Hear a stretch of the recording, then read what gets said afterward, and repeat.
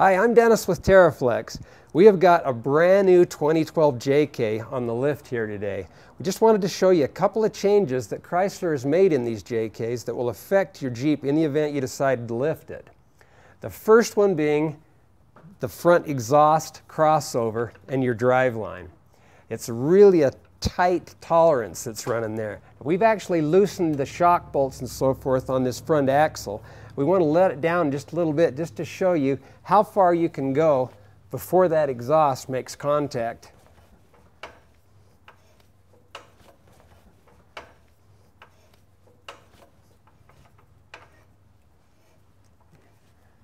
Okay.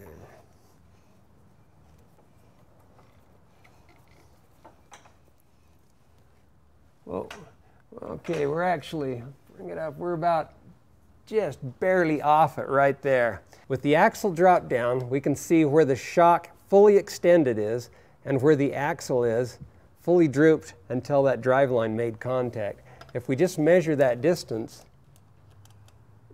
we're just, what, just a 2.25 inches is all we've dropped this axle. So we lowered the axle 2.25 inches. So if we put any type of a lift on this at all, we're going to exceed the limit that the shock provides for the axle, and that front driveline is going to make contact with that exhaust pipe. The exhaust system is actually moved forward further than it used to be on older models. So all we need to do is bring this crossover pipe closer to that cross member, and it'll gain us enough clearance that we can go ahead and lift the vehicle and still maintain some clearance between it and the axle.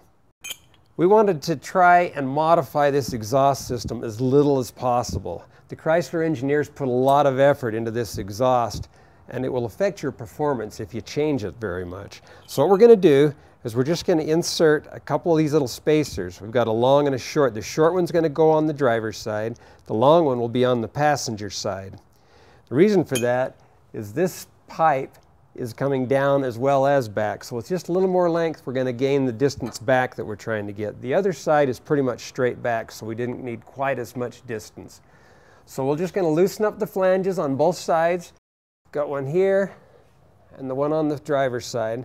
And then we'll just slide the exhaust system back a little bit, put our two spacers in, and that'll give us the distance we need to clear. Use a 13mm and remove the 4 exhaust flange bolts at the left and right crossover pipe collectors.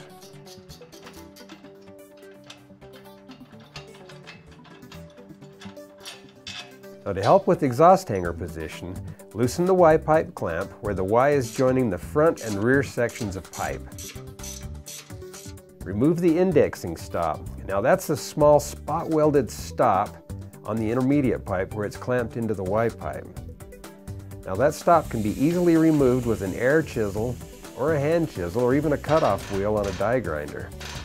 This will allow the pipe to slide further into the Y pipe to compensate for those spacers and the repositioning of that crossover pipe. The exhaust system can be easily pried back by using a pry bar between the front skid bar and the exhaust flange on the driver's side. Install the spacers in both sides before tightening. Now the short spacer is going to go in the driver's side pipe, while the longer spacer will be used in the passenger side. Position the spacers so that they line up the two sections of pipe as much as possible before tightening.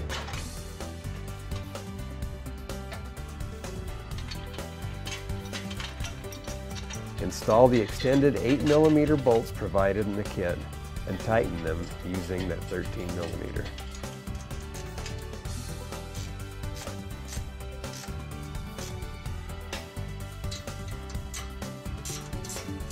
Make sure there is good clearance around the exhaust system. Look closely by the flange where the driver's side pipe bends up over the front cross member. Also check where the pipe goes up over the rear axle. Now the top of the pipe gets pretty close to the floor cross member there, so make sure you have clearance. We've checked all our tolerances and everything clears nicely. The last step we need to do is to tighten up the clamp on that Y pipe. Once we've tightened that, let's move forward and take a look at that front driveline and just see what kind of clearance we've gained.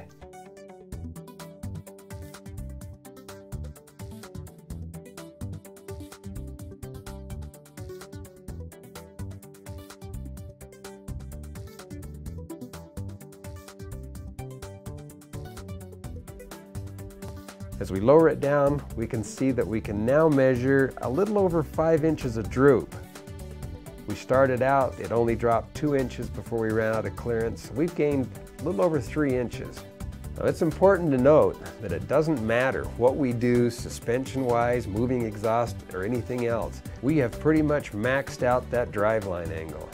We can see here that that driveline cannot go any further without cutting the boot. If you lift your Jeep more than 3 inches, you will definitely need to replace that front driveline. I hope this helps you.